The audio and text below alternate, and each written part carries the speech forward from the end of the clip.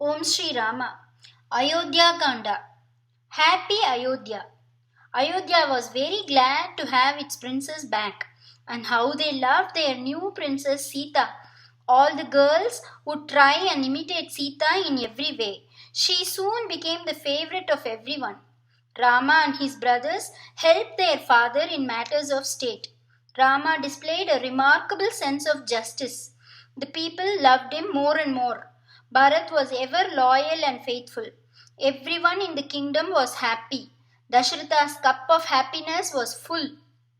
Thus passed 12 wonderful years. One day, Dashratha sat and thought, I am now growing old. I would like to see Rama installed on the throne before I retire to the forest for penance, like my forefathers did.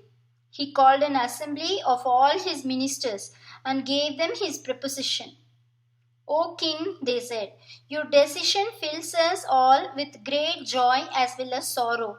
Joy because Rama will soon be crowned king, and sorrow because you, our loving father, will no longer hold the reins of state. Then Vasishta came forward and told Dasharatha that the following day was the most auspicious for Rama to be crowned Yuvaraja. Dasharatha joyfully gave consent for all preparations to be made. Bharat was the only one absent, for he had gone to Kekaya to his maternal uncle's for a short holiday. But Dasharatha had a feeling that this should not be delayed and desired that everything should be got ready as soon as possible. Rama was then summoned to the court. Dasharatha told him that he was to be crowned Yuvaraja the next morning. He said, you are a good prince. Always discharge your duties as best you can. Protect your subjects and those who are good. Fight your foes. You have the blessings of your elders. Rama's face was calm and serene as he received this news. He touched his father's feet and humbly accepted his decision. I am in duty bound to do as you say, he said. Having taken the greetings of the people, he went to give his mother the news. Kausalya was beside herself with joy. She embraced Rama lovingly and donned auspicious clothes to perform a sacred puja for Rama's welfare. Rama went back to his own palace to receive instructions from Vasishta for the pre coronation preparations. Rama and Sita were advised to keep a strict fast and to sleep on the darba grass that night.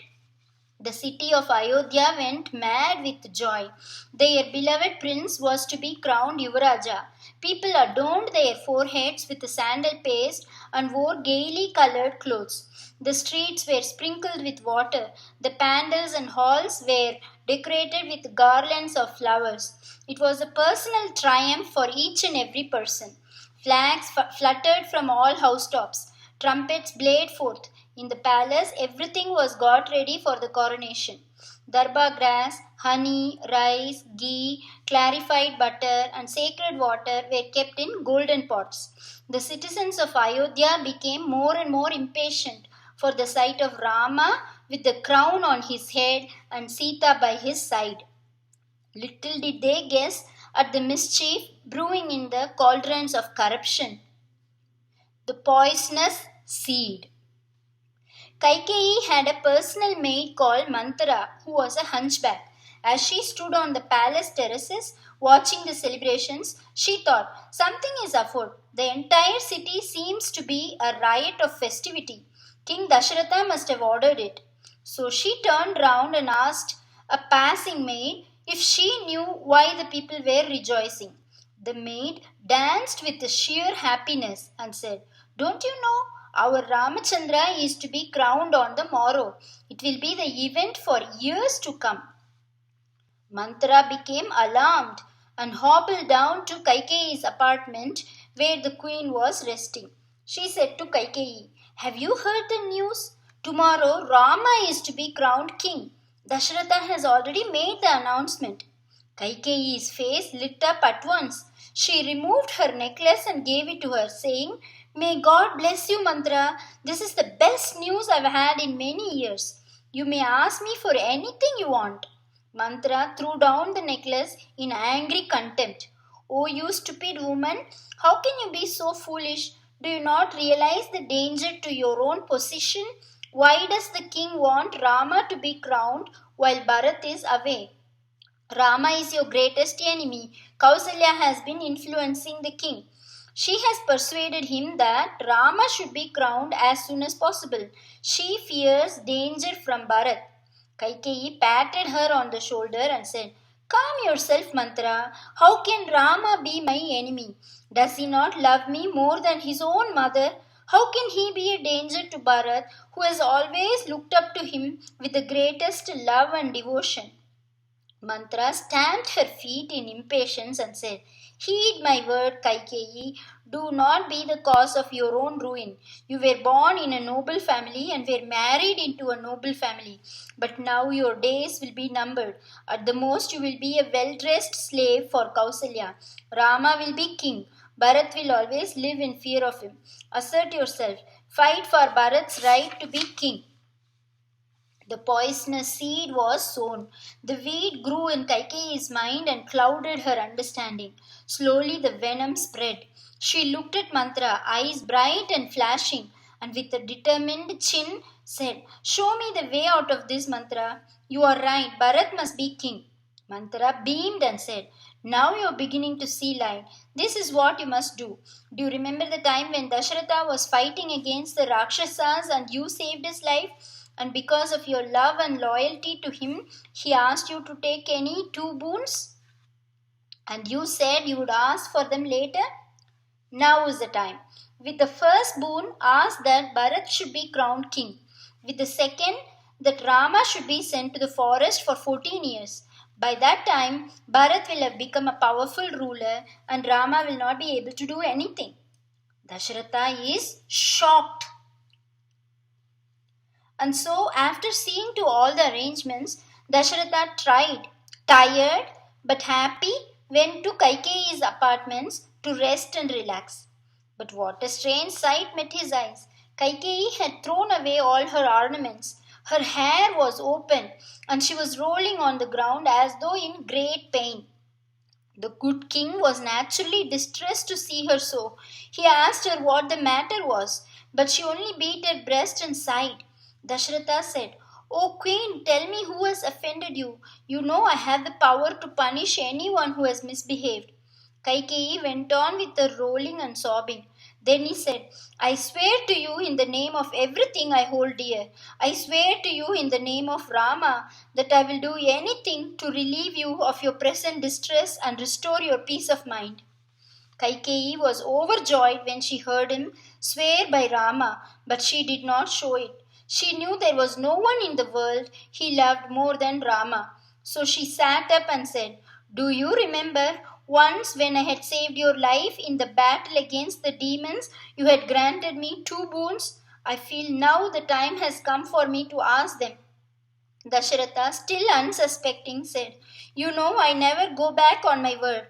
Ask your two boons and you shall have them." Then Kaikeyi cried out in a loud voice, "Ye gods, you have heard him swear by all he holds dear, by his precious son Rama.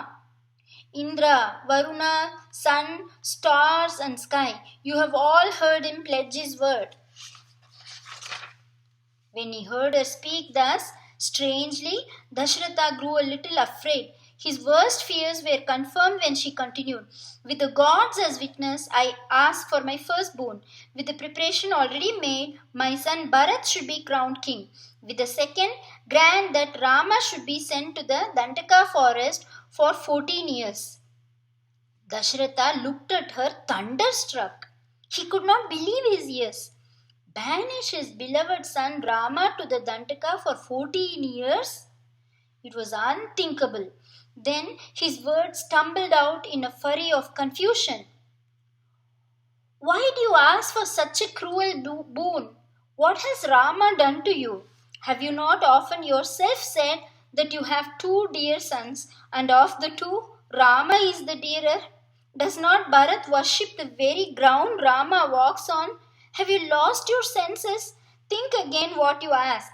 I can live without the good Kausalya and the pure-hearted Sumitra. I can live for some time without water and sunshine. But without Rama, I cannot live for a moment. If Rama goes away, I shall suffer the torments of hell and die. He looked at Kaikeyi's unrelenting face, hard and ugly as granite, and swooned away. She said, I was afraid of this. What? Have you lost all sense of duty and dharma, that you now wish to go back upon your word? If you do not grant my two boons, I shall take poison and kill myself. Then Dasharatha caught her feet and implored her, do not ask me to send away my life's breath. I beg of you, ask me any other boon. Who has corrupted your mind that you, the kind, gentle wife of yesterday, are behaving like a demon today? I cannot believe that you have thought up this terrible scheme yourself. Rama is your own beloved son. Bharat would not even dream of taking his brother's place on the throne. So good and noble he is he. How can you, a she-devil, have given birth to such an honest, upright son? Kaikeyi fumed and her breath became faster. I swear to you, if Rama is crowned king, I shall take poison and die. You will have your wife's death on your hands. They will stink of my blood. Dasharatha was in a state of supreme mental agony. He had to choose between his love for Rama and his love for Dharma. In the end, his passion for truth won and he relented. He said, all right, I grant you your two boons. Send for Rama and tell him his heartless father would send him to the forest. Let me die with Rama's name on my lips. You shall then reign as a happy widow. But I tell you this, if Bharat sits on the throne, he shall not perform my last rites. Thus saying, his throat choked with unshed tears, he fainted and fell like a great big tree hacked down. Rama pledges his word. The faint dawn was creeping over the horizon. The birds were stirring in their nests. Rama was sent for. At 4 o'clock the previous evening, he had received the pleasant news of his investiture. At 4 in the morning, the summons were of a different kind. The citizens of Ayodhya had gathered in the streets and were eagerly awaiting the ceremony of Rama's coronation.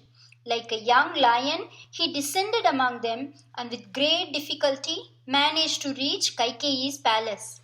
He went to Mother Kaikeyi's inner chambers, and there what a strange sight greeted his eyes.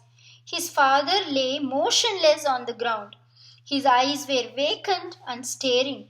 Now and again the word Rama would escape his parched, cracked lips. He would shake his head in sorrow and swoon again and again. Rama was alarmed to see the state of his father. He touched the feet of the king and the queen and said, why have I been sent for? What is the matter with my father? Is he not feeling well? Who is the cause for his present condition? Tell me, what can I do to relieve his pain and anguish? Yes, Rama, only you have the power to remove his agony. Your father is in no condition to tell you himself, so I must tell you about it. But first, you must promise to do as I say, Rama said. Mother, need I promise? Is not my word good enough? Have I ever given you cause to doubt me? Here and now, I promise to do anything you say. Dasharatha, who till now had a faint hope that Rama would refuse to do Kaikeyi's bidding, passed away into a death-like faint. Then Kaikeyi said, long ago your father had given me two boons. I want him to grant them now. First, that Bharat should be crowned king in your place, and second, that you should go to Dandaka for 14 years. Rama received this order with the utmost calm. He looked steadily at Kaikeyi and said, is that all? I shall indeed be very happy if Bharat ascends the throne. He is the most noble of princes, and I can think of no better person to hold the reins of state. As for going to Dandaka for 14 years, it is but a small thing for me, who am ready to lay down my life if need be, if I can but help my father discharge a sacred duty. Kaikeyi then said, Rama, yours shall be all glory if you carry out your father's command. Therefore, act according to his word immediately, without the slightest delay. She thought that if Rama lingered on, he would probably change his mind and she was taking no chances. But Rama reassured her. Mother, he said, you need have no fear on my account. This very day I shall wear bark garments and with my locks matted I shall proceed to Dandaka. Kaikeyi felt extremely happy. The foolish woman could not see the ruin she was bringing to the family. She only saw prosperity and power for her son and herself. Let us then see vividly on the screen of our minds the scene so full of tragic sorrow and passion, of greed and selfishness, the highest duty of noble love and sacrifice, and pray that our hearts be cleansed of all low tendencies that make a good human being fall from his pedestal of virtue. Even in the forest, he whose beaming face, anointed with bliss, never showed any sorrow. May that auspicious face of Raghunandan be ever to me the source of all grace. May the grace of Sri Rama be ever upon me. Sri Rama, who neither rejoiced on being told he was to be crowned, nor expressed sorrow on his beautiful countenance on being told to go into exile. Lakshmana's indignance. Calm and controlled, after touching the feet of Dasharatha and Kaikeyi, Rama came out. Lakshmana, who was standing outside, had heard all that had happened. His eyes red with anger, he followed Rama, his hand clenched tightly around his bow. Rama discarded the white umbrella, the royal chariot, and other signs of royalty. With great love in his heart, he told the people what had happened and asked them not to grieve on his account. He threaded his way through the crowds and went to Mother Kausalya's palace. She was sitting there dressed in white silk, offering puja. She passed her hand lovingly over Rama's head and asked him to sit on the seat specially prepared for him. Rama shook his head and smiled faintly. Mother, this seat is now too high for me. Today I shall don the garb of a mendicant. I shall retire to the forest with matted locks and bark garments. And he related to her all that had happened. Kausalya was speechless with shock.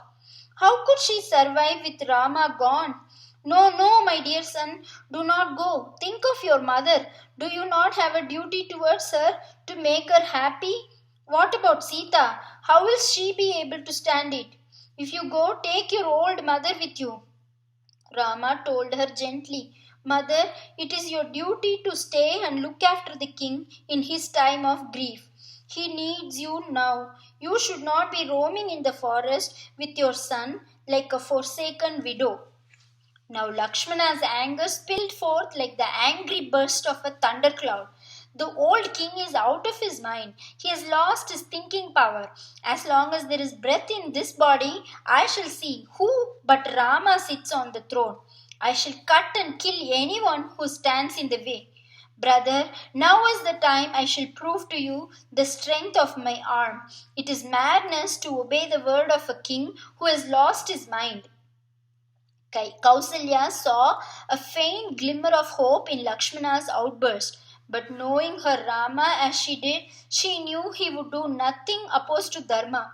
Rama said, Lakshmana, do not get so heated.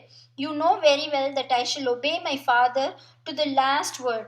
It is my first and foremost duty. He has pledged his word to Kaikeyi, which he must fulfill. Why must you think that he has done this, or she has done this? In fact, nobody has done anything. It is the way the Lord works. Did Kaikeyi not have the noblest mind till now? Has she not always treated us with the greatest love and affection? This is Daiva. It had to be, and nothing but good alone comes to the good. Let us therefore do as our Father bids and bring peace to his mind by doing it cheerfully and with a smile on our lips. Lakshmana, however, was not to be pacified. He stormed again. What? Does the old king think of fulfilling his word to his queen and not the word given to his son? He has come under the evil counsel of Kaikeyi. It is the dharma of a Kshatriya to fight evil and establish good. My bows and arrows, my mighty sword and broad shoulders are not for mere show and beauty. Today the world shall see the might of Lakshmana's arm. Lakshmana would have borne the insult willingly had it come to him. But any insult to Rama made his blood boil. Such was the loving devotion he bore for Sri Rama. Rama soothed Lakshmana and lovingly wiped his tears of rage. So long as our parents are alive, it is our foremost duty to obey them. Let us not be swayed by emotion. Let us think clearly and follow the path of Dharma. Lakshmana was now calmed, for Rama's touch itself had a quality of magic in it. Mother Kausalya was now resigned. She embraced Rama and blessed him. Sita's decision. Rama then went to Sita's palace to take leave of her. Sita was waiting for him anxiously, wondering what the delay was about. She rose to receive him. Rama looked at her tenderly and told her all that had happened. Then he said, "Be a good daughter to my mother and father. Look after their needs and obey their commands." She looked at her lord, a strange smile playing on her lips. "How little have you understood me if you think I am going to stay away from you even for a moment." "No, do not say anything more. A wife's place is by her husband's side, through pleasure and pain, through good days and bad. When I was married, I was instructed fully in my duties as a wife. What life can I lead apart from you?" Rama tried to tell her of the hardships of a life in the forest, of living on herbs and roots, of walking barefoot among stones and thorns, of the fear of wild beasts and animals. But Sita would not listen. She said, "What do I care for such things if you are with me? The very thorns will lose their prick. The bed of grass will be the softest cushion. The fruits and roots of the forest, the sweetest food. Do not waste time, my lord. Let us go." Rama embraced her lovingly and agreed to let her come. The supreme love that each bore the other fulfilled them both. They sent for the poor and distributed all their wealth and worldly belongings to them. Lakshmana touched Rama's feet and asked permission to accompany him. Rama looked at Lakshmana's expanded chest and determined chin and knew he would not take no for an answer. So he nodded his assent. Farewell. So Rama and Sita and Lakshmana wended their way to Dasharatha's palace to take his leave before setting out on their journey to the forest. As they went along, the people watched them with sad, angry faces. They were saying among themselves, "The old king is out of his mind, and who would have thought Kaikeyi would behave like this? Let us all leave our homes and go with Rama to the forest.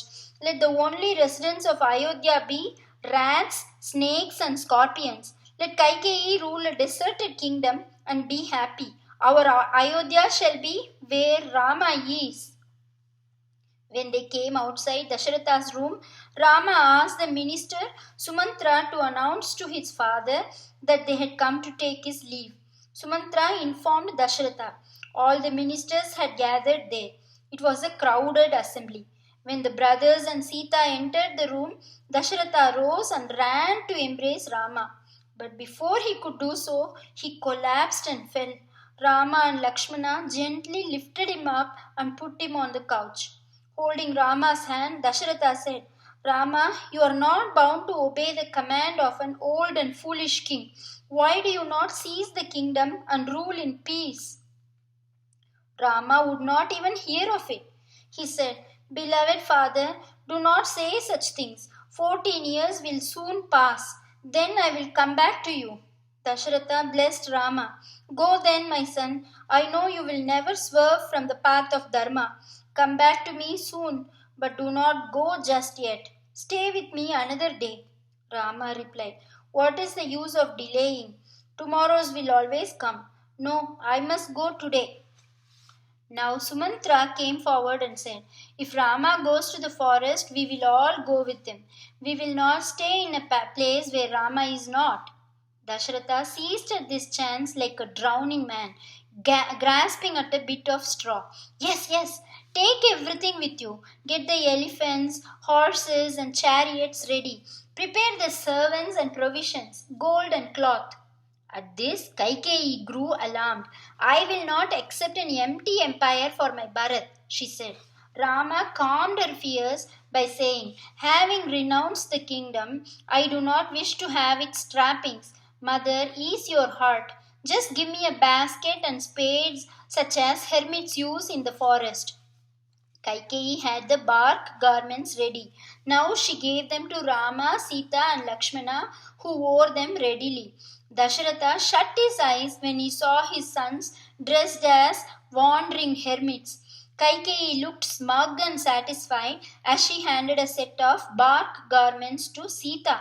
Sita blushed with embarrassment. She did not know how to wear them. She turned to Rama, who tied them over her. A lament rose from the people who could not bear to see their beloved princess in bark garments. Vasishta seldom gave way to anger, but his eyes sparkled with controlled fury now as he hissed at Kaikeyi. "You shameless woman, stop being insolent. What has Sita done to deserve such treatment from you? She is not bound by your orders. Oh, why don't your hands burn, you who are a blot on the fine race of Kekaya?" Still, Kaikeyi had not the grace to look ashamed. Rama, Lakshmana, and Sita touched the feet of the king and queens. When Lakshmana touched the feet of his mother Sumitra, she advised him, "Go with my blessing, son. Treat Rama as your father, Sita as your mother, and the forest as Ayodhya." Dasharatha muttered, "Rama, Rama," and fainted. To the forest. Rama, Lakshmana, and Sita got into the chariot which had been prepared to take them up to the frontier of the kingdom. Their bows and arrows, swords, shields, spades, and baskets had already been placed in it. As the chariot moved on, people pressed closer and closer for a last look of Rama. Dasharatha came out on the balcony to watch the dust raised by the horses as the chariot disappeared out of sight. He then fell back on his couch with Rama on his lips. Kausalya too was grief-stricken. Sumitra, calm and wise, consoled her. "You should be proud of your strong and noble son who has scorned a kingdom to uphold his father's honor. Do not grieve. He will come back soon. He will achieve great deeds that will make his name immortal. You are indeed blessed among mothers. My Lakshmana has gone for his protection. I am proud of his devotion to Rama. Sita too has gone, knowing the hardships of a forest life." Kausalya was calmed a little, but the mother's heart still grieved for her beloved son. As the men, women, and children of Ayodhya called out louder and louder, "Go slow, go slow," Rama asked Sumantra to stop the chariot and spoke to them, his heart overflowing with love. "My good people, I am deeply touched by your devotion to me. Will you not help me to do my duty by doing yours? All your love and loyalty you must now transfer to Bharat. Never was there a prince so good and noble. He carries a wise head on young shoulders. Now he is your king. He is endowed with all royal qualities. He has a tender yet heroic heart. It is your duty now to obey him." And yet they tried to stop him. So great was the love they bore him. Rama, Lakshmana, and Sita then got down from the car and started on foot. Towards dusk, they reached the banks of the river Tamasa, where they decided to camp for the night. They offered evening prayers and decided to fast that night, the first one of their exile. The citizens of Ayodhya soon fell asleep.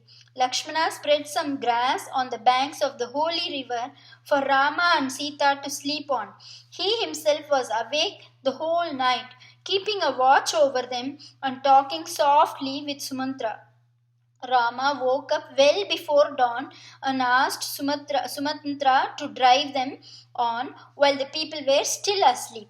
They, on waking up, realized they had been given the slip. With heavy hearts, they retraced their steps back to Ayodhya. Guha. The chariot rolled on till at last it reached the banks of Ganga. By this time it was already dusk. They decided to spend the night under a banyan tree. The chieftain of the tribes of that district, a man called Guha, had great regard for Rama. He came running to greet him. Rama embraced him like a friend. Guha ordered a big feast for Rama and asked him to spend the 14 years of exile with his tribe. Rama said, Guha, my friend, I have renounced my kingdom and chosen to lead the life of a tapasvi. I cannot partake of dainty dishes. I would have been glad indeed to accept your hospitality, but that would not be respecting my father's wishes. They ate simple food that night. Rama and Sita slept on the grass. Guha, Sumantra, and Lakshmana spent the night talking of Ayodhya and the qualities of Sri Rama. Next morning, having risen early, their prayers over, Rama asked Guha to get a raft ready for them to cross the Ganga.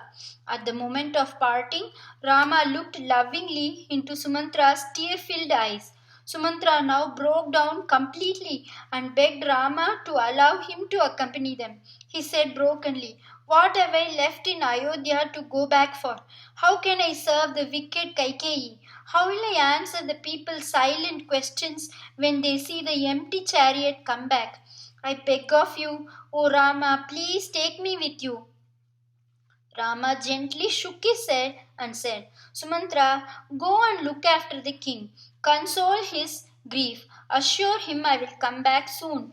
Pay him our respects. Tell the mothers, Kausalya and Sumitra, we are all very happy. We are all well and happy. Ask them to remember their Raja Dharma, to give strength and consolation to the people. From me, tell Bharat to be Yuvaraja, to be good to his subjects, and to keep his mind ever free from desires. Tell him always to remember the good name of the Raghuvamsha dynasty and to glorify it evermore. What more should I say? Look after my mother. Convince her that from now on she should look upon Bharat as Sri Rama. Then Sita, Rama, and Lakshmana got into the boat and piloted it to the other bank. Midway, Sita prayed to the river goddess to enable them to reach Ayodhya safely after their 14 years of exile. When they reached the opposite bank, they got off. Rama told Lakshmana, You walk in front, Janaki will follow you, and I will walk behind. Guha and Sumantra watched from the other bank with tear-filled eyes till the trio disappeared into the thick jungle. Rama, Sita, and Lakshmana were now completely on their own. A new phase in their lives had begun. Chitrakuta. That night they reached Rishi Bharadwaja's ashrama. He treated them very affectionately. Rama asked him which spot would be best for them to build an ashrama and live. Next morning, Bharadwaja blessed them and showed them the way to a mountain called Chitrakuta, which he said would be ideally suited for them. Rama thanked him and they continued on their journey. After following Bharadwaja's directions carefully, they saw Chitrakuta before them. It looked so cool and inviting that they hurried quickly towards it. The beauty of the valley cast an enchanting spell over them. The season was early summer. The flame of the forest had burst into bloom, dotting the trees with orange clouds. The bilva trees had bowed down. The fruit trees were laden. Verily, no man could have touched this virgin beauty of the forest. Creepers and twiners clung sweetly to trees. The flowers were of varied color and fragrance. Their mute loveliness found voice in the burst of the birds' songs. Here, now the dark, hidden kokila called out in a voice of softest melody. There, the peacock spread its gorgeous plumage as though weighing the gems on its feathers. On the boughs of the trees were hanging numerous beehives dripping with honey. Animals roamed freely. Sita was fascinated with the clinging creepers, the sweet smelling flowers. Their minds were made up. They would set up their Ramashrama here in Chitrakuta, in Tapovan. Lakshmana deftly handled the job, and before long a neat little mud hut came up, thatched with grass and leaves. They killed a deer for sacrifice and performed their housewarming there under the canopy of verdant green leaves. While the brothers were thus busy in Chitrakuta, setting up their new home, leading the life of ascetics, a drama full of tragedy and poignant sorrow was being enacted in the inner chambers of the king's palace in Ayodhya. Sumantra had reached Ayodhya with his empty chariot. He found it difficult to face the sad, inquiring glances of the people. None of them could understand where things had gone wrong. What had happened that had twisted the fates so cruelly? Just as they were raising the cup of happiness to their lips, just as their beloved Rama was about to be crowned, the cup was dashed from their hands. It lay in tiny bits on the ground. Their hearts were heavy with a leaden sorrow. Rama had been banished, and now here was Sumantra's chariot returning empty. They saw the seats where Rama, Lakshmana, and Sita had sat, where they sat no more. They asked each other silent questions and wept again and again. Sumantra then went to the king's palace. He stood respectfully by the king's side, whose condition, now both mental and physical, was getting from bad to worse. Softly, Sumantra gave Rama's loving messages to his dear father and mothers.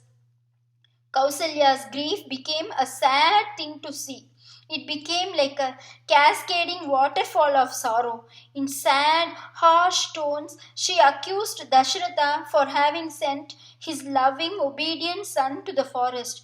Dashratha could bear the agony no more. He pleaded with Kausalya to stop her unjust accusation. After all, was he not heartbroken too? Was he not dying due to the anguish of separation from his beloved son? He closed his eyes and sighed in sorrow. Sometime during the night he said, Kausalya, are you here? Give me your hand. My hour is approaching fast. At this, my time of death, an incident which occurred in my youth stands out clearly. Listen, I shall tell you. Shravana. Then he told her how, when still a young prince, he had gone out hunting in the dark forest on the banks of the Sarayu. It was a still summer night and he was restless. Dasharatha was a very good marksman and had trained himself to shoot in the direction of any sound without looking. So he was alert now, his ears straining to catch sound of a stray animal. Presently, he heard the sound like that of an elephant drawing in water through his trunk. He took aim in the direction of the sound. His arrow shot forth like the hissing of a cobra and sure enough hit the target squarely. Imagine his surprise and confusion when a human voice cried out, Oh dear God, who has shot this arrow at me? I have never harmed a single creature. I am an innocent hermit boy. Who can be my enemy? Dasharatha trembled with an unknown fear. The bow and arrow slipped from his hands. He stumbled towards the direction from which the voice came. There he saw a young ascetic named Shravana lying in a pool of blood. His hair was loose and all over. He looked at Dasharatha, his eyes full of sorrow and pain, as he said, Oh, why did you commit this sin? I was innocently filling my pitcher with water for my blind old parents. Oh, who will give them water now? Dasharatha looked at him speechlessly. The young boy continued in broken sentences. Who will look after them in their old age? They had nobody except me. Go and fall at their feet this moment and beg their pardon, else their curse on you will be terrible. Fill the pitcher with water and give it to them. Then he fell back moaning. It was very painful to have an arrow stuck in the body. Now his eyes grew dim as he said, Please, I can bear it no more. Prince, remove the arrow and relieve me. My mind is now calm. I am ready to die. Dasharatha hesitated, for he knew that if he pulled out the arrow, the young ascetic would surely die. Seeing him thus unsure, the boy said, Do not hesitate. Pull out the arrow. My time has come. Dasharatha then pulled out the arrow. The blood gushed out in a last brave spurt. The boy closed his eyes and breathed his last. Dasharatha then filled the pitcher with water and went to the ashrama where the boy's parents were. The old couple was sitting and discussing their son's delay. When they heard the sound of approaching footsteps, they called out, Dear son, why did you take so long? Did you stop to play in the rippling water? Why are you not saying anything? Are you angry with us? Come nearer, son. Tell us what the matter is. Thus did they greet him, the man who caused their son's death. Dasharatha's throat became dry. His voice was hoarse and cracked as he spoke. He caught their feet and said, Holy Father, Mother, forgive me. I am not your son. I am Dasharatha, an unfortunate Kshatriya. By the unhappy will of fate, my arrow accidentally hit your son while I was hunting. He now lies dead on the river bank. He asked me to bring this water to you. Do with me now as you please. I am entirely at your mercy. The old couple were stunned. Hot tears flowed from their blind eyes down their wrinkled cheeks.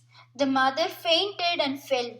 The father said, Your sin is very grave indeed, but it was committed unknowingly, so you will not be reduced to ashes by our curse. But one thing is certain, you too will suffer the pangs of separation from your dearly beloved son. You too will die of grief, weeping and lamenting to see him again. Now take us to the place where Shravana lies. My poor dear boy, you lie dead with the life all gone from you, while your hard-hearted parents still live. Dasharatha led the boy's parents to the river bank. They felt his body all over and clasped him to their bosoms again and again. Dasharatha then prepared a funeral pyre and gently lifted the body onto it. The holy old couple performed the last rites and then they themselves entered the funeral pyre. There was a faint glow in the horizon. The night had played its part. The flames rose high as the devoted parents and their sons were united in a last embrace. Last moments. The old couple were no more, but their curse was now coming into force. As Dasharatha told the story, their blind faces stood out clearly before him. Now his voice was a whisper as he spoke. His sentences were broken as he said, Oh, now there is a complete darkness before my eyes. I hear still the trembling voice of the blind old man. It roars in my ears, resounding like the conches of Yamaduta. His curse is now being fulfilled. Forgive me, O loving Kausalya. Pardon me, my good Sumitra. Do not think ill of me, O pure-hearted Urmila. I am now going beyond the gates of this worldly pleasure and pain. Oh, forgive me, my dutiful, loyal subjects. Forgive your foolish father, my dear sons. I die now with Rama's name on my lips. It has the sweet, purifying taste of Ganga's water. The images before his eyes faded. The roar in his ears became dim. His breathing slowed down. Sometime during the night he cried out, Ha Rama, Ha Lakshmana, Ha Sita, Rama, Rama. His head fell back. The oil in the lamp had finished. The flame flickered and then went out. Everything was dark and quiet. Ayodhya grief-stricken. By morning, the news was made public. As it is, the people were distressed by Rama's departure to the forest. Now their revered and much loved king too had forsaken them. They wept now like orphans left to the mercy of the four winds. Truly, Ayodhya seemed to be in the grip of a tide of misfortune. One calamity followed another. Nothing seemed to go right. In the palace, too, the atmosphere was one of encircling gloom. The queen's eyes had become heavy and swollen with weeping. They had barely got used to the idea of their son's banishment when they had to face the shock of the king's death, too.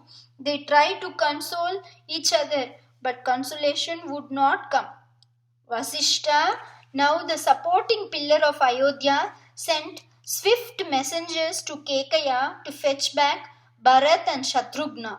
He instructed them to say nothing of what had occurred in Ayodhya. To make everything seem normal, he asked them to take gifts for the royal household of Kekaya. Now there was nothing wrong or deceitful in this, for it is said in the Shastras that truth should be such that it should needlessly harm no one. It would not be truth if it were not harmless. Bharat. When these tragic happenings were going on in Ayodhya, Bharat was in a restless frame of mind in Kekaya. He saw all sorts of ill omens and had terrible nightmares. He would wake up at night nervous and sweating. Every day he would worship Lord Shiva for the well-being of his father, mothers and brothers. In such a state of mind he was when the messengers came from Ayodhya. He received their rich gifts and greetings before handing them over to his relations in the palace. He thought that probably Rama's Abhisheka had been finalized and therefore the urgency of the summons to return to Ayodhya.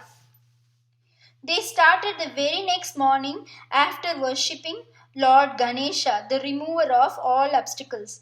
It is a custom in all Hindu households to worship Vigneshwara before undertaking any important task. He is auspiciousness itself.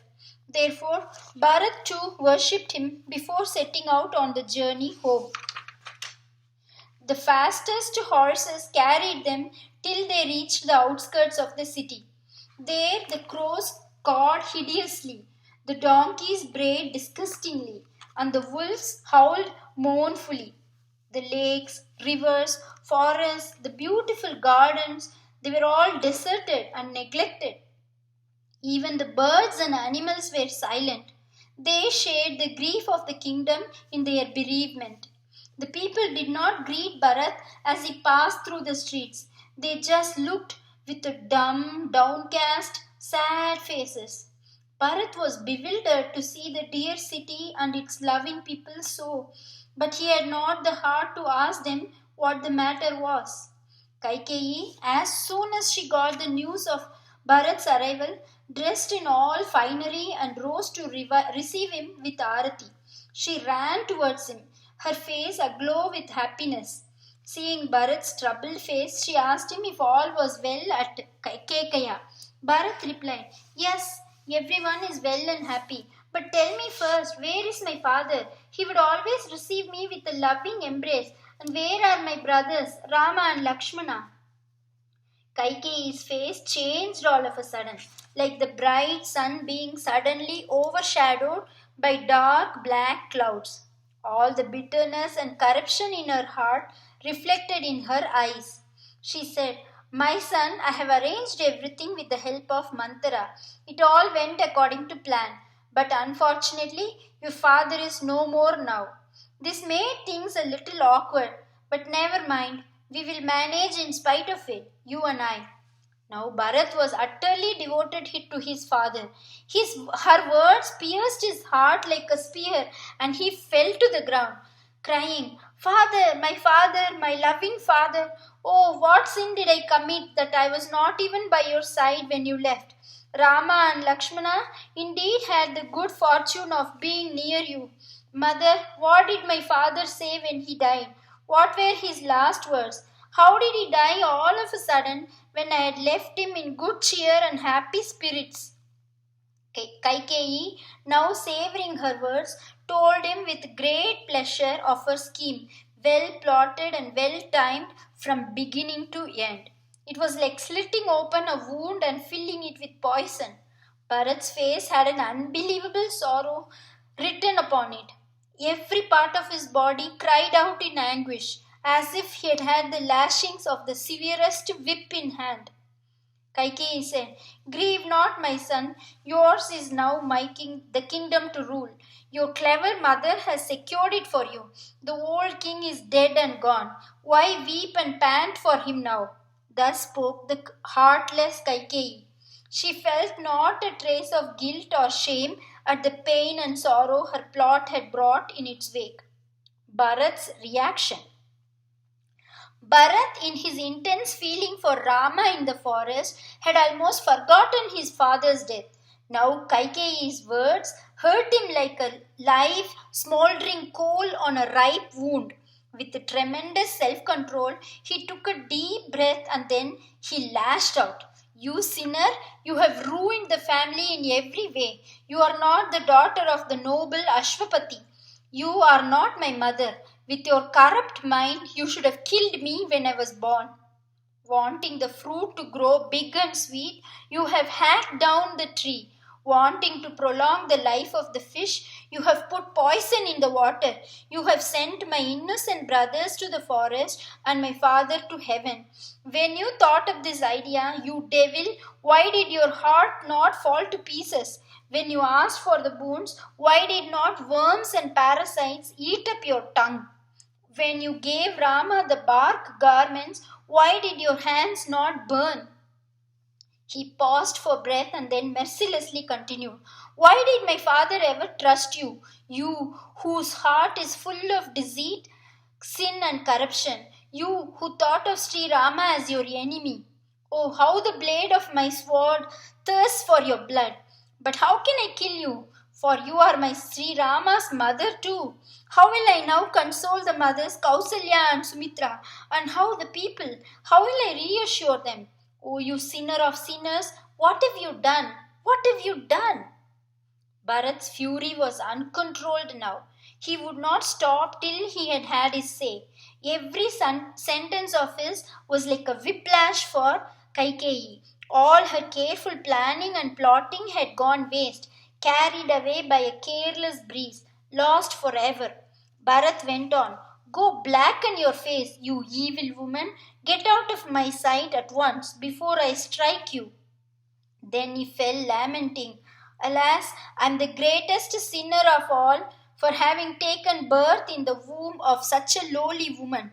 Who can redeem me from this grave sin of mine? Alas, alas!"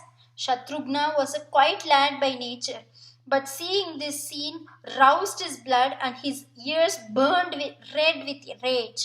His nostrils distended and his fists clenched tight. Just then the hunchback Mantra hobbled in. She was dressed showily in the richest silks and dazzling jewelry. Shatrughna could bear the sight of her no longer. His anger bubbled up. His eyebrows knitted together. His eyes flashed fire.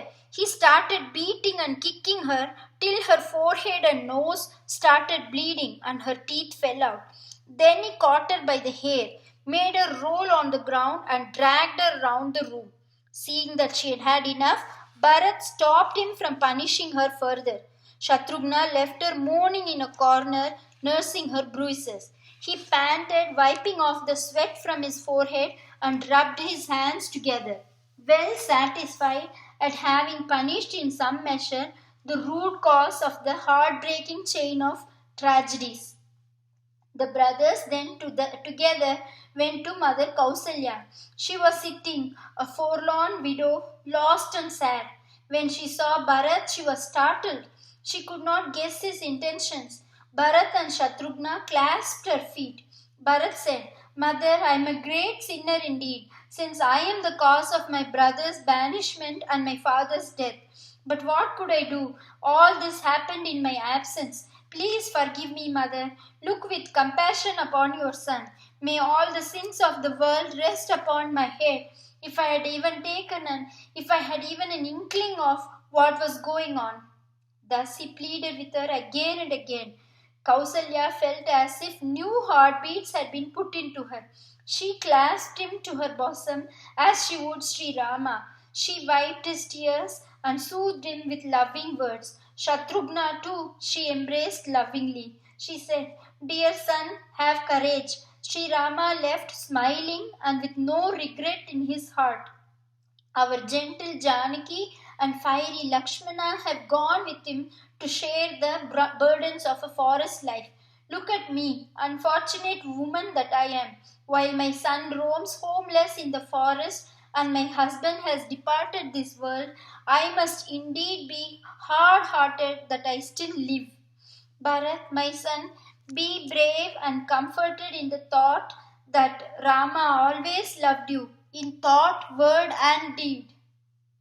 Thus they spent the night talking about Rama's intense love and generous nature. Kausalya's heart expanded. Through her own son, though her own son had gone to the forest, she had found one equally noble. She was convinced of the purity of Bharata's heart, which glowed in its stainless glory. The night passed quickly. The talk about Sri Rama made the atmosphere holy and sacred.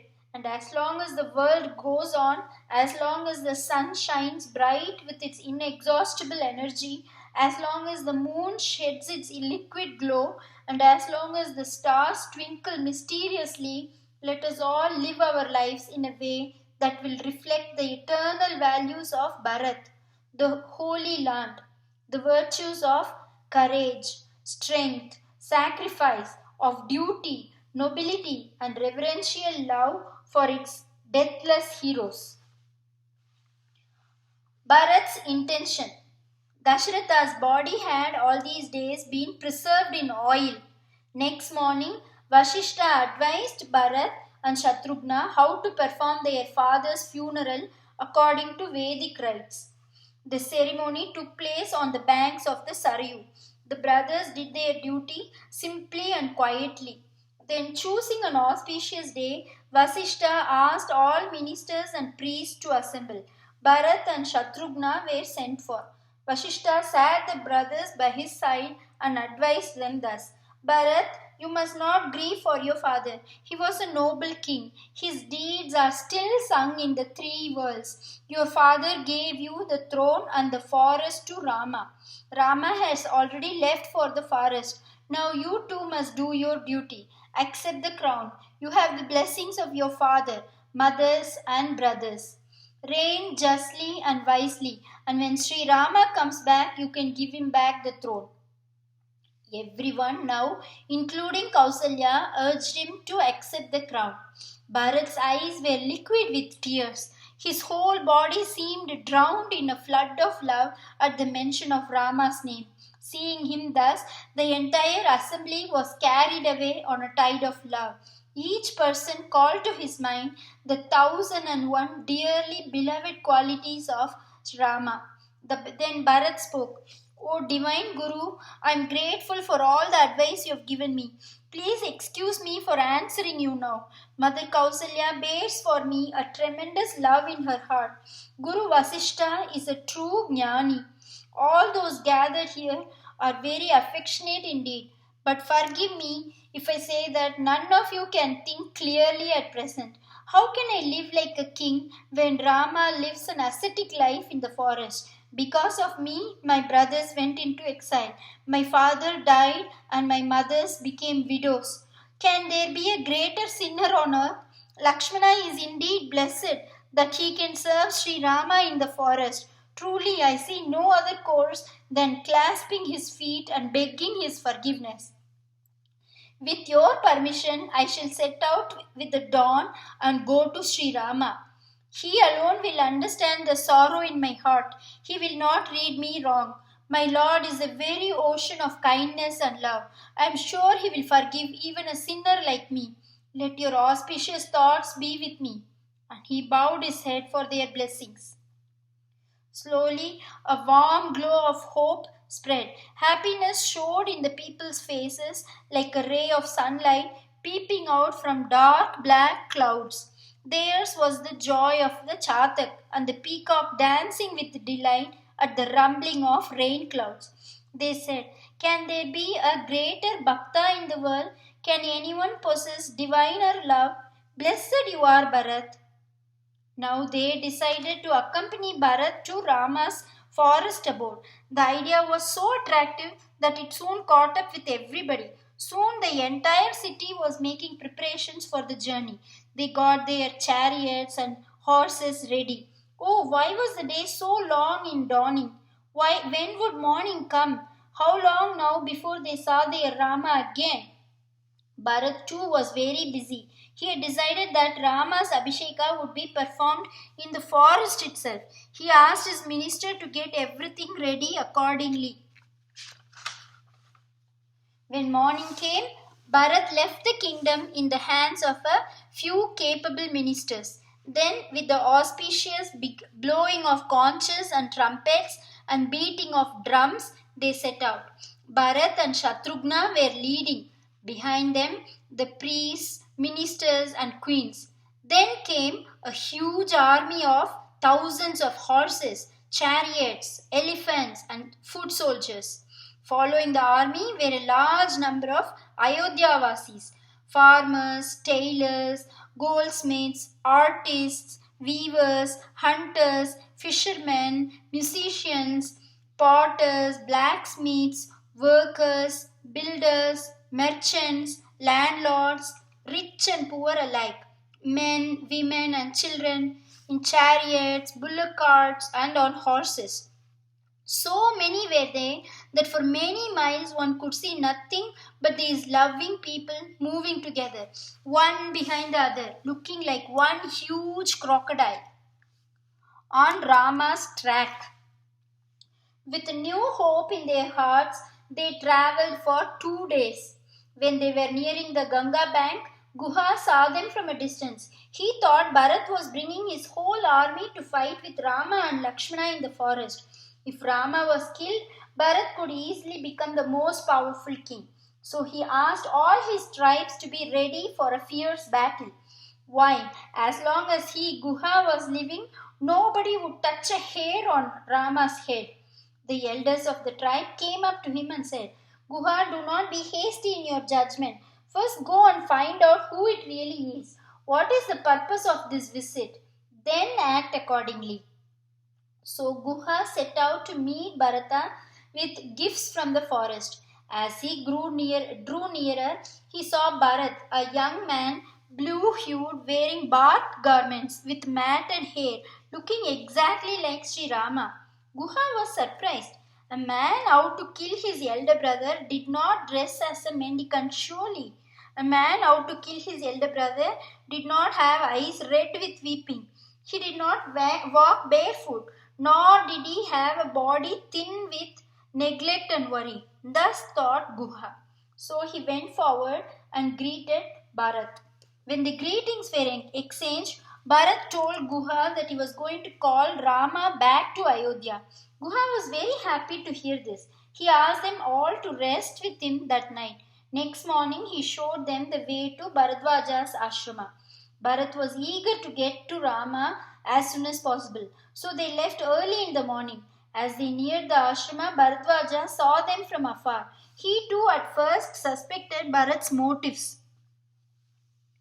Bharat halted his army some distance away and, taking Shatrughna and Vasishta with him, went forward to pay his respects to Bharadwaja. Bharadwaja said, "What? Do you ask my blessing so that you will be successful in killing Rama? If so, I shall not tell you the way he went." Tears rolled down Bharat's cheeks as he said, "I am indeed a great sinner that I am suspected of so low a crime.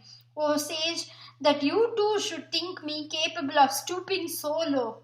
Bharadwaja, it is said, knew all along that Bharat was loyal to Rama, but he only wanted to test him. Therefore, he accused him. Now he was extremely satisfied to see Bharat's reaction. He saw Bharat's love for Rama flowering into a thing of greater beauty. He embraced Bharat and asked his whole army to encamp there for the night.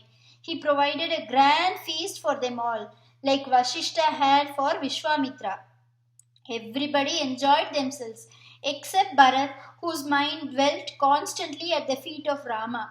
Next day, Bharadwaja told them that Rama was living in a very beautiful forest on the slopes of a mountain called Chitrakuta. He gave them careful directions how to get there. Now their journey's end was near, and the people marched with renewed vigor. Chitrakuta, the brothers meet. In Chitrakuta, Rama, Lakshmana, and Sita were leading a quiet but happy life. Sita, child of the earth that she was, felt her happiest in Chitrakuta. She would pluck the lilies from the pond and other fragrant flowers from jungle creepers and weave them into her hair. She would bathe in the cool, refreshing waters of the Mandakini river, and she would accompany the brothers in their search for fruits and berries, roots and herbs. Sita was by nature inquisitive. She asked Rama a lot of questions about the birds and beasts of the forest. She would listen with delight to the songs of the birds and play with the animals around the ashrama. Rama would often point out to her the blue lotus growing in a nearby pond, the graceful swan gliding on the water, and the low, overhanging branches of trees over the ponds, which would shed their delicate blossoms on being slightly stirred by a breeze.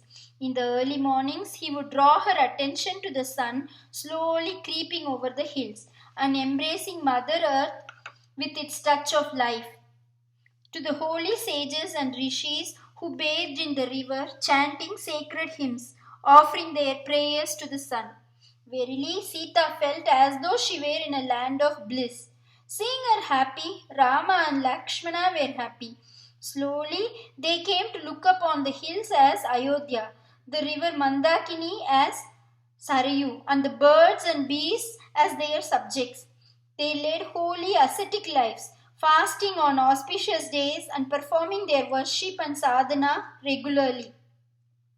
Thus, one afternoon, when Rama and Sita were resting under a tree and Lakshmana was busy counting his deer skins, they heard the approaching of a huge rumbling sound. The birds started twittering nervously and the animals ran helter skelter. Rama called out, Lakshmana, it sounds like an army. The blowing of conches and trumpets, the beating of drums. Climb up the tree and see who it is. Lakshmana obeyed. He climbed the tree and looked out into the distance. At first he could not make out who it was.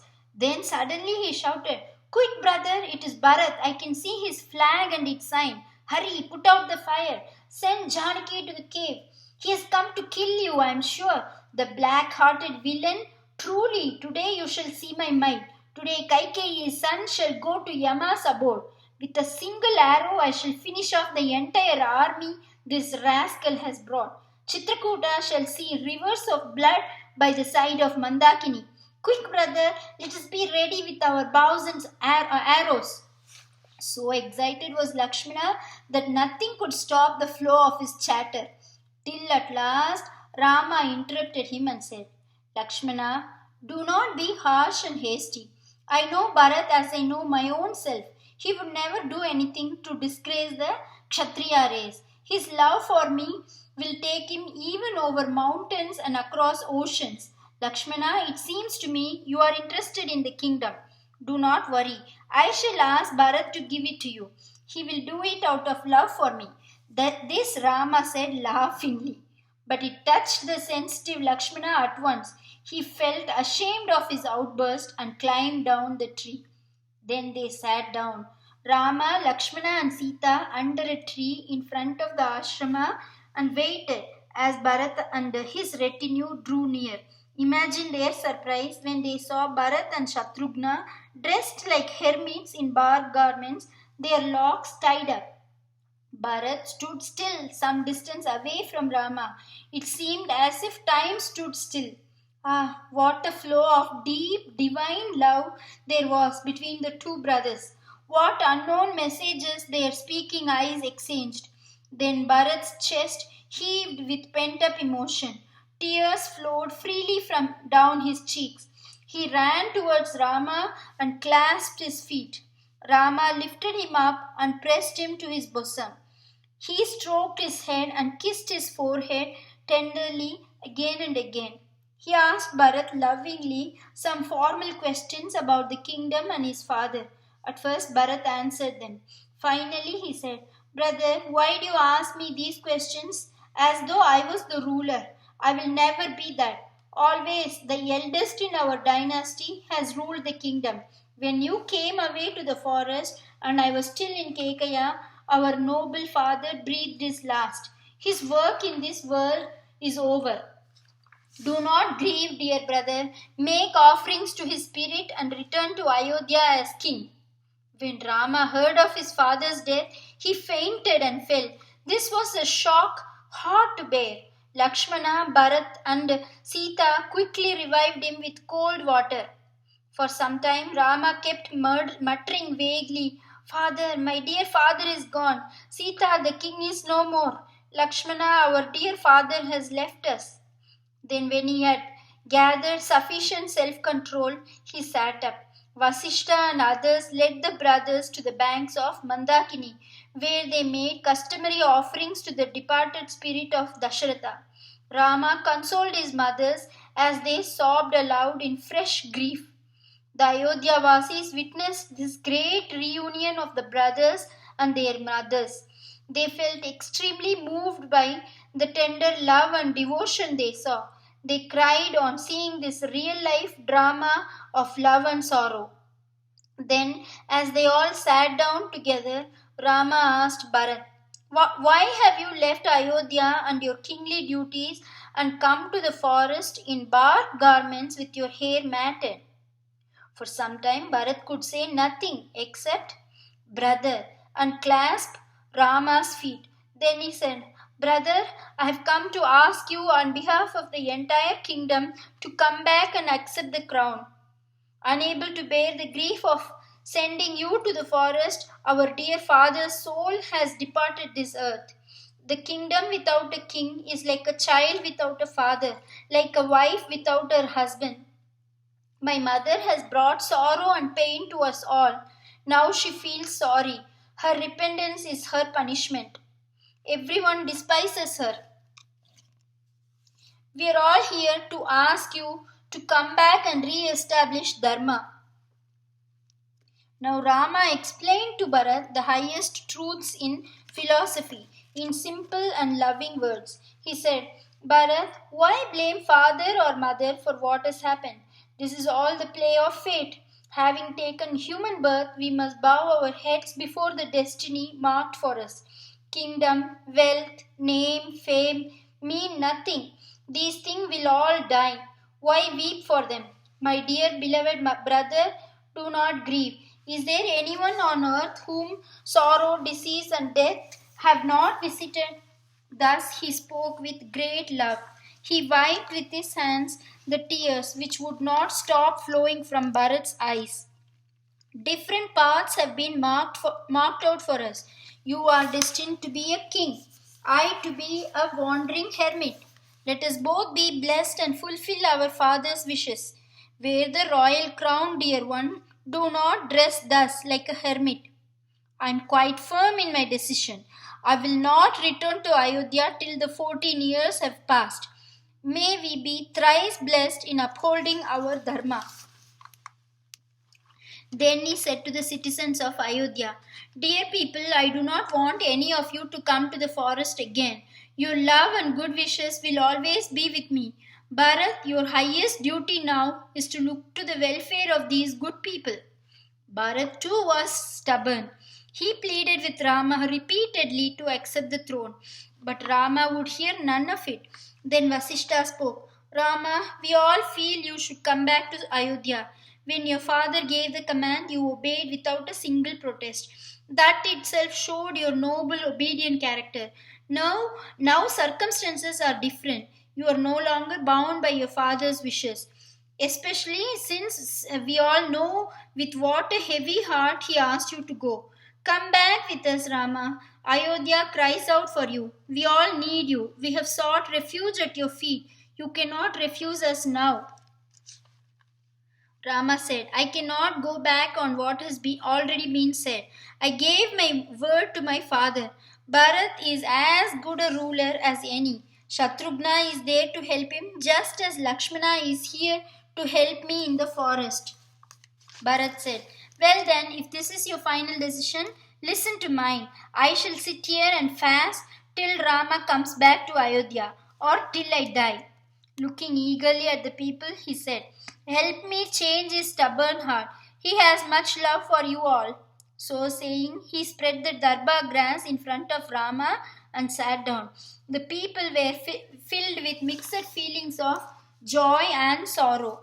They were extremely happy to see the intense love and purity of Bharata's heart. Yet they were sorry because Rama would not listen to their pleadings. They said, Noble Bharat, we know our Rama. He will never leave the path of Dharma. Rama said, listen to them, Bharat. Their hearts are pure and virtuous. They desire your welfare as well as mine. Go back and rule Ayodhya. Serve these good people with love. Finally, Vasishtha came out with a clever suggestion. He told Bharat to act as Rama's representative, as his deputy, till the end of the 14 years. Then Rama could come back and take over the kingly office from Bharat. Bharat accepted. He caught Rama's feet and said, Brother, give me your sandals. I shall place them on the throne and serve them faithfully till you return. I shall myself live away from the palace in a small hut, wearing the garb of a mendicant like you do.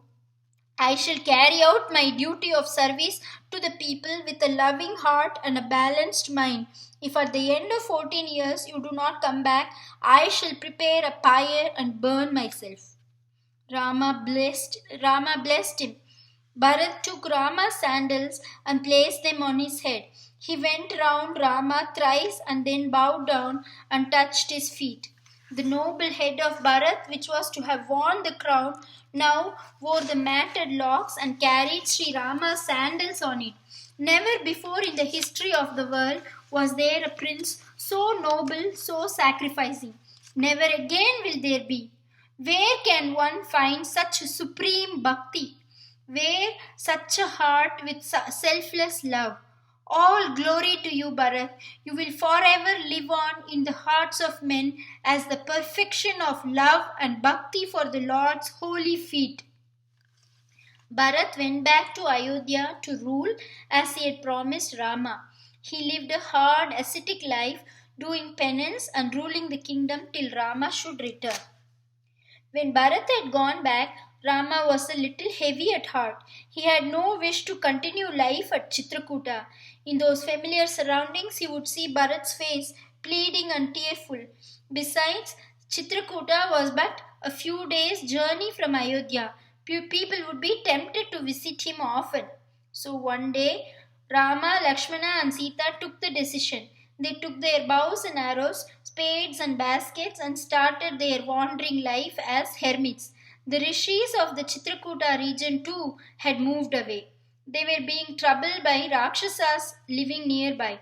The brothers and Sita pressed deeper into the dark Dantaka forest. They proceeded to the hermitage of Atri, who would bless them and instruct them in the choice of a suitable place for their ashrama.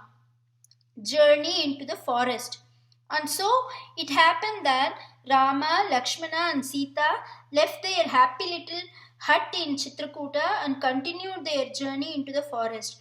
Sita was still enchanted with the beauty of the forest.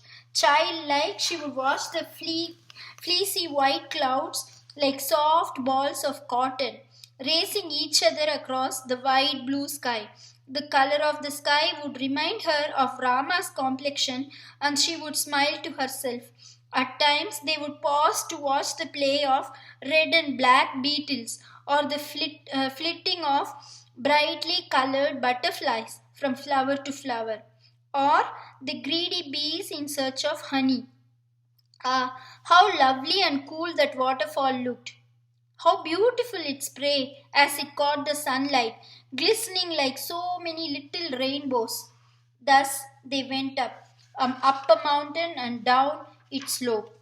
As the day neared its end, they saw the sky a flame orange, streaked with yellow. The dying sun's last rays lingered on treetops. Flocks of birds flew overhead, back to their nests. In the far distance, they could see the curl of smoke rising up. As they neared, they even got the smell of havya, oblations offered in the sacrificial fire, and the divine chanting of Vedic hymns reached their ears.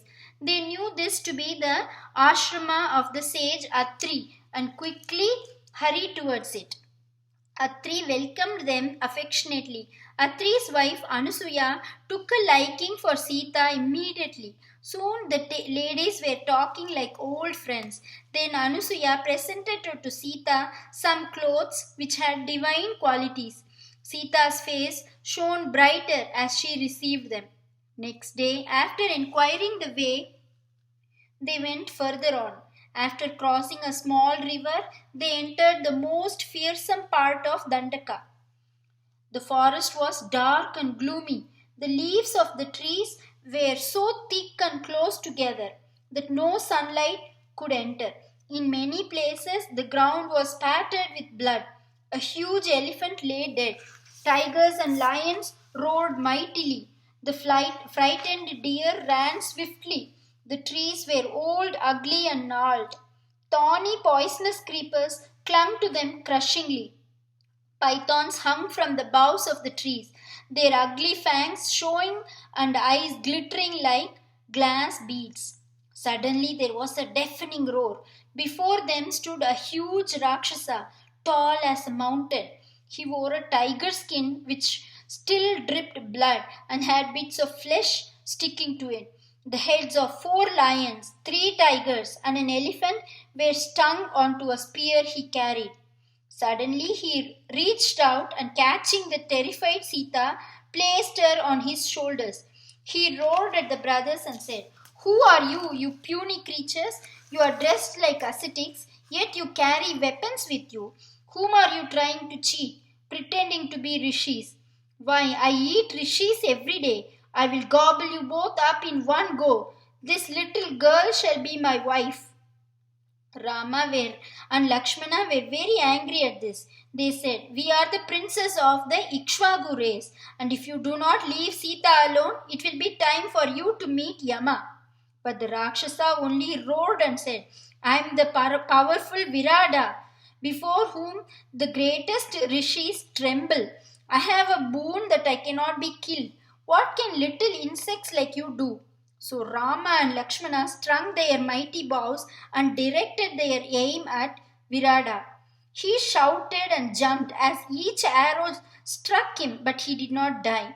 Then he let Sita go and caught hold of Rama and Lakshmana in each hand and put them on his shoulders. They took their swords and hacked down his arms and then his legs. Virada had no doubt received a boon against death, but not against pain. His suffering was great indeed, as one after the other the brothers' arrows pierced his chest. Finally, he fell down in insufferable agony. Rama then climbed onto his chest and placed his foot on Virada's neck. The mist before Virada's eyes cleared, and he said humbly, "Lord, your feet have touched me. My delusion is gone. I am actually a Gandharva, cursed to live a Rakshasa's life. Please pound me up and bury me so that I may be released from this Rakshasa body and become a Gandharva again." So Rama and Lakshmana hacked him up thoroughly and then buried him. The frightened Sita slowly came out from behind a tree. Rama calmed her down and then they went to the ashrama of the rishi Sharabanga. They bowed before the old sage and received his blessings. Sharabanga said, "Rama, I give to you the fruit of all my penance. Now go to the rishi Sutikshna and hear from him where in the forest you should dwell." Rama folded his hands and said, O revered sage, should you not let me earn merit by my own efforts? I have renounced everything and come to the forest. Sharabanga said, My meeting with you has fulfilled my life. I have seen your avatara. Now I shall light a funeral pyre and give up my physical body in it. He entered the fire. A beautiful heavenly form rose from it and rose heavenwards. Rama, Lakshmana, and Sita now moved towards Sutikshna's ashrama. They met the grand sage. Sutikshna too offered Rama the fruit of his entire tapasya.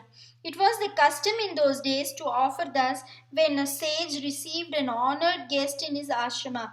Rama showed how such courtesies were to be received by giving a noble answer. Respected Rishi, he said, I must acquire merit by my own deeds. With your blessings, I hope to be able to do so. Sharabanga directed us to you for instructions as to where we should live. Please advise us. Sutikshna smiled and said, Rama, why do you not live here with your brother and wife? We have fresh fruits and roots in plenty and cool flowing water. Many rishis reside here. They make the place holy. The only snag is that their sacrifices are repeatedly disturbed by Rakshasas. Otherwise, this place is ideal to live in. Rama said, We'll be very happy if you permit us to reside in the neighborhood. If we stay in your ashrama, it might disturb your penance. But first, we would like to visit other rishis residing in Dandaka and get their blessings. Next morning, they bathed in the cool, fragrant water of the river. They offered their prayers and paced round the rishi before setting out. The rishi blessed them and said, Go and visit all the sages. They have acquired divine powers by great penance. Sita handed Rama and Lakshmana their bows and arrows, and once again they set out. Their faces shone divinely by the blessings of holy rishis. Yet another chapter in their lives had begun.